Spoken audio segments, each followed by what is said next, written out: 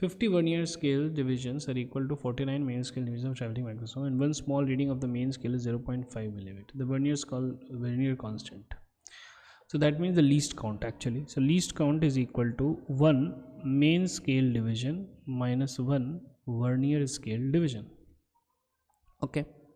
So now since 50 vernier scale divisions are equal to 49 main scale divisions, so therefore one vernier scale division is equal to 49 by 50 main scale division.